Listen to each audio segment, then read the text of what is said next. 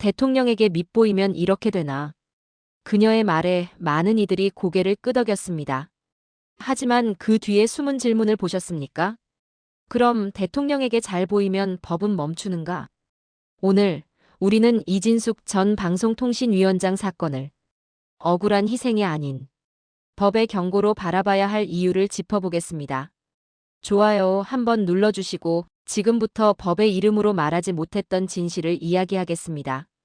이진숙 전 위원장은 언론인 출신입니다. 워싱턴 특파원, 방송국 사장, 방통위원까지. 그 길은 표현의 자유를 지켜온 길이었죠. 하지만 공직자가 된 순간 그 자유는 공적인 책임으로 바뀌었습니다. 공직자는 개인의 정치적 신념을 말할 자유가 없습니다. 그건 표현의 제한이 아니라 국민 신뢰의 의무입니다. 그런데 그녀는 작년 우파 유튜브 방송에 출연했습니다. 그리고 이렇게 말했습니다. 민주당과 좌파는 우리가 상상할 수 있는 모든 짓을 하는 집단이다.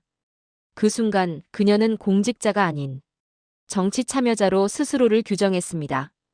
이진숙 전 위원장은 체포 후 이렇게 말했습니다. 대통령에게 밉보였다고 이런 일을 당했다.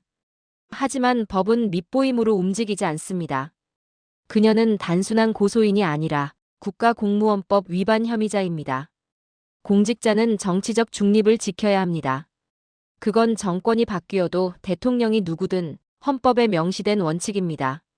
수갑이 채워진 이유는 그녀가 밉보여서가 아니라 그 법을 어겼기 때문입니다. 여러분은 어떻게 생각하십니까? 공무원이 유튜브 방송에 나가서 특정 정당을 좌파 집단이라고 비난하는 게 괜찮다고 생각하십니까? 만약 반대편 인사가 같은 행동을 했다면 그때도 표현의 자유라며 감쌌을까요? 이진숙 전 위원장은 국정감사장에서 억울하다고 했습니다. 가짜 출석 요구서를 만들어 자막으로 모욕당했다고 주장했죠. 하지만 경찰은 이미 그녀의 반복된 조사 불응과 언론 대응을 확인했습니다. 가짜 출석 요구서는 오보가 아니라 그녀의 언론 플레이에 대한 대응이었습니다. 문제는 그녀가 이를 정치 보복으로 몰아갔다는 겁니다. 하지만 법의 절차는 정치의 감정 위에 있습니다. 그녀가 밉보인 게 아니라 법을 가볍게 본 것이 문제였습니다. 이진숙은 한때 언론의 독립을 외쳤습니다. 그런데 지금은 언론의 이름을 정치적 방패막이로 사용하고 있습니다.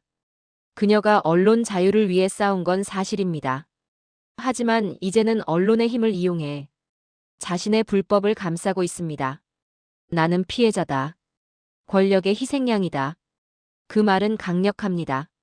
하지만 그 말 속에는 책임의 자리를 떠난 자의 변명이 숨어 있습니다. 이 장면을 떠올려 봅시다. 국정감사장, 수많은 카메라, 그리고 수갑을 찬 채 나타난 한 사람. 언론은 말했습니다. 전직 방통위원장이 체포됐다. 보수 진영은 말했습니다. 정권의 보복이다. 그러나 그 이면엔 이런 질문이 있습니다. 공직자가 정치적 발언을 해도 되는가? 국가의 중립은 누구에 의해 무너졌는가? 법의 이름으로 체포가 이루어졌다면 그건 민주주의의 기능이 작동한 겁니다. 문제는 그 법이 한쪽에만 적용되느냐가 아니라 법을 어긴 자가 누구냐입니다. 그녀는 국가공무원법 65조 정치적 중립 의무를 위반했습니다. 그건 정권이 만든 법이 아닙니다. 국민이 만든 법입니다. 법이 누군가를 벌할 때 우리는 종종 정치 보복이라 말합니다. 하지만 같은 법이 다른 방향으로 향할 때 우리는 정의 실현이라 부릅니다. 이건 감정의 문제입니다.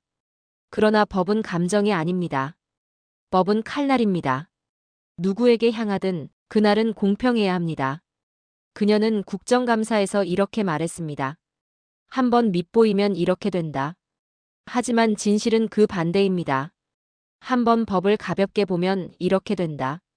그녀의 말은 권력에 대한 분노처럼 들리지만 그 속엔 자신이 지켜야 했던 법의 무게를 잊은 자기 모순이 숨어 있습니다. 진보와 보수를 떠나 국민이 원하는 건 공정입니다. 공정이란 누가 밉든 누가 좋든 법이 똑같이 적용되는 사회를 말합니다.